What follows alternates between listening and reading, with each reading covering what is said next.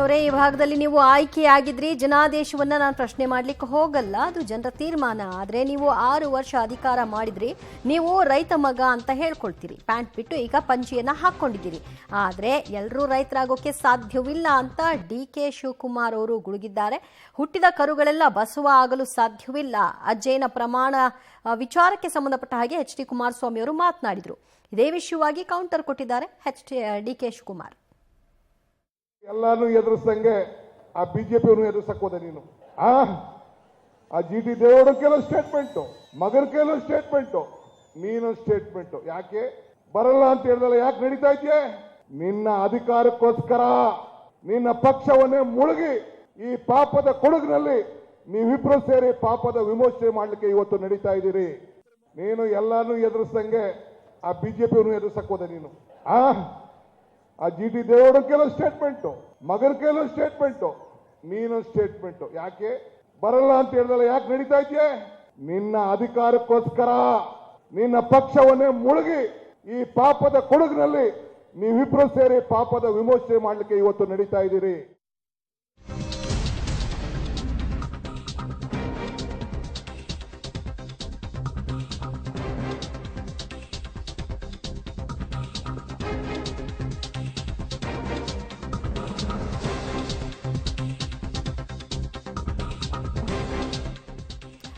Okay, ಮತ್ತೊಂದು ಹಂತದ invite ಮಾಡ್ತಾ ಇದ್ದಾರೆ ಡಿ.ಕೆ. ಶಿವಕುಮಾರ್ ಅವರು. ನಾನು ಫೇಸ್ ಟು ಫೇಸ್ ಫೈಟರ್, ನನ್ನ ಮೇಲೆ ಒಂದು ಸಲ ಸೋತಿದ್ರಿ, ಈಗ ಮತ್ತೊಮ್ಮೆ ನಿಮಗೆ ಆ ಸವಾಲು ಹಾಕ್ತಾ ಇದ್ದೀನಿ, ಎದುರ ಬದ್ರ ಫೈಟ್ ಮಾಡೋಣ, ಯಾರು ಗೆಲ್ತಾರೆ ನೋಡೇ ಬಿಡೋಣ ಅನ್ನುವಂತಹ ಸವಾಲನ್ನು ಎಸ್ತಿದ್ದಾರೆ.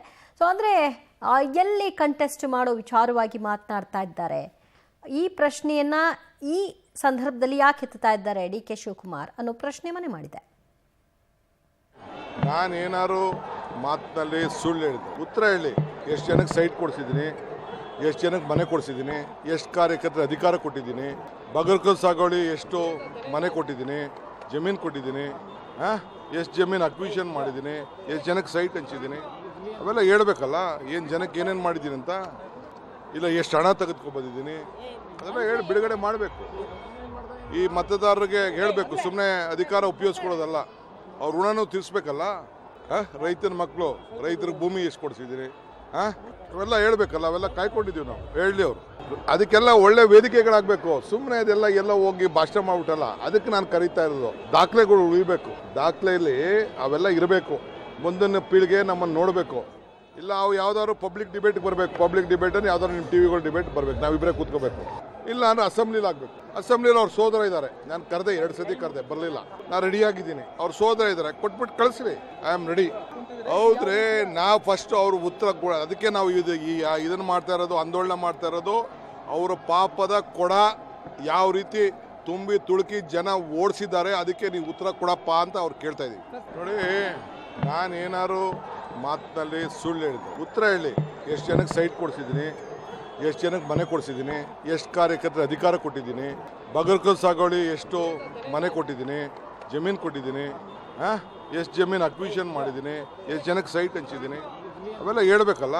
ಏನು ಜನಕ್ಕೆ ಏನೇನು ಮಾಡಿದ್ದೀನಿ ಅಂತ, ಇಲ್ಲ ಎಷ್ಟು ಹಣ ತೆಗೆದುಕೊಂಡ್ಬಂದಿದ್ದೀನಿ, ಅದೆಲ್ಲ ಹೇಳಿ ಬಿಡುಗಡೆ ಮಾಡಬೇಕು. ಈ ಮತದಾರರಿಗೆ ಹೇಳಬೇಕು, ಸುಮ್ಮನೆ ಅಧಿಕಾರ ಉಪಯೋಗಿಸ್ಕೊಳ್ಳೋದಲ್ಲ, ಅವ್ರ ಋಣನೂ ತೀರಿಸ್ಬೇಕಲ್ಲ. ರೈತನ ಮಕ್ಕಳು, ರೈತರಿಗೆ ಭೂಮಿ ಎಷ್ಟು ಕೊಡಿಸಿದ್ದೀರಿ, ಅವೆಲ್ಲ ಹೇಳ್ಬೇಕಲ್ಲ. ಅವೆಲ್ಲ ಕಾಯ್ಕೊಂಡಿದ್ದೀವಿ ನಾವು, ಹೇಳಲಿ ಅವರು. ಅದಕ್ಕೆಲ್ಲ ಒಳ್ಳೆ ವೇದಿಕೆಗಳಾಗಬೇಕು. ಸುಮ್ಮನೆ ಅದೆಲ್ಲ ಎಲ್ಲ ಹೋಗಿ ಭಾಷಣ ಮಾಡ್ಬಿಟ್ಟಲ್ಲ, ಅದಕ್ಕೆ ನಾನು ಕರೀತಾ ಇರೋದು. ದಾಖಲೆಗಳು ಉಳಿಬೇಕು, ದಾಖಲೆಯಲ್ಲಿ ಅವೆಲ್ಲ ಇರಬೇಕು. ಮುಂದಿನ ಪೀಳಿಗೆ ನಮ್ಮನ್ನು ನೋಡಬೇಕು. ಇಲ್ಲ ಅವು ಯಾವ್ದಾದ್ರು ಪಬ್ಲಿಕ್ ಡಿಬೇಟ್ಗೆ ಬರಬೇಕು, ಪಬ್ಲಿಕ್ ಡಿಬೇಟನ್ನು ಯಾವ್ದಾದ್ರು ನಿಮ್ಮ ಟಿವಿಗಳು ಡಿಬೇಟ್ ಬರಬೇಕು, ನಾವಿಬ್ಬರೇ ಕೂತ್ಕೋಬೇಕು. ಇಲ್ಲ ಅಂದ್ರೆ ಅಸೆಂಬ್ಲಿಲಿ ಆಗಬೇಕು. ಅಸೆಂಬ್ಲಿಲಿ ಅವ್ರ ಸೋದರ ಇದ್ದಾರೆ, ನಾನು ಕರೆದೆ, 2 ಸತಿ ಕರೆದೆ, ಬರಲಿಲ್ಲ. ನಾನು ರೆಡಿಯಾಗಿದ್ದೀನಿ, ಅವ್ರ ಸೋದರ ಇದ್ದಾರೆ, ಕೊಟ್ಬಿಟ್ಟು ಕಳಿಸ್ರಿ, ಐ ಆಮ್ ರೆಡಿ. ಹೌದ್ರಿ, ನಾವು ಫಸ್ಟ್ ಅವ್ರ ಉತ್ತರ, ಅದಕ್ಕೆ ನಾವು ಇದನ್ನು ಮಾಡ್ತಾ ಇರೋದು, ಆಂದೋಲನ ಮಾಡ್ತಾ ಇರೋದು. ಅವರ ಪಾಪದ ಕೊಡ ಯಾವ ರೀತಿ ತುಂಬಿ ತುಳುಕಿ ಜನ ಓಡಿಸಿದ್ದಾರೆ, ಅದಕ್ಕೆ ನೀವು ಉತ್ತರ ಕೊಡಪ್ಪ ಅಂತ ಅವ್ರು ಕೇಳ್ತಾ ಇದ್ದೀವಿ. ಎಚ್.ಡಿ. ಕುಮಾರಸ್ವಾಮಿ ಅವರು ಆಡಿದಂತಹ ಮಾತುಗಳಿಗೆ ಈಗ ಕೌಂಟರ್ ಕೆಲಸವನ್ನ ಡಿ.ಕೆ. ಶಿವಕುಮಾರ್ ಅವರು ಮಾಡ್ತಾ ಇದ್ದಾರೆ. ರೈತನ ಮಗ ಅಂತ ಹೇಳ್ಕೊಂಡ್ರೆ ಸಾಲದು, ರೈತರಿಗೋಸ್ಕರ ಏನೆಲ್ಲ ಮಾಡಿದ್ದೀನಿ ಅಂತ ಕೂಡ ಹೇಳ್ಕೊಳ್ಬೇಕಾಗತ್ತೆ. ಅವ್ರು ಹೇಳಲ್ಲ, ಆದರೆ ಜನರ ಋಣ ನಮ್ಮ ಮೇಲಿದೆಯಲ್ಲ, ನಾವು ಹೇಳ್ತೀವಿ. ಪ್ರತಿಯೊಂದನ್ನು ಕೂಡ ಜನರ ಮುಂದೆ ಇಡಬೇಕಾದ್ದು ನಮ್ಮ ಕರ್ತವ್ಯ.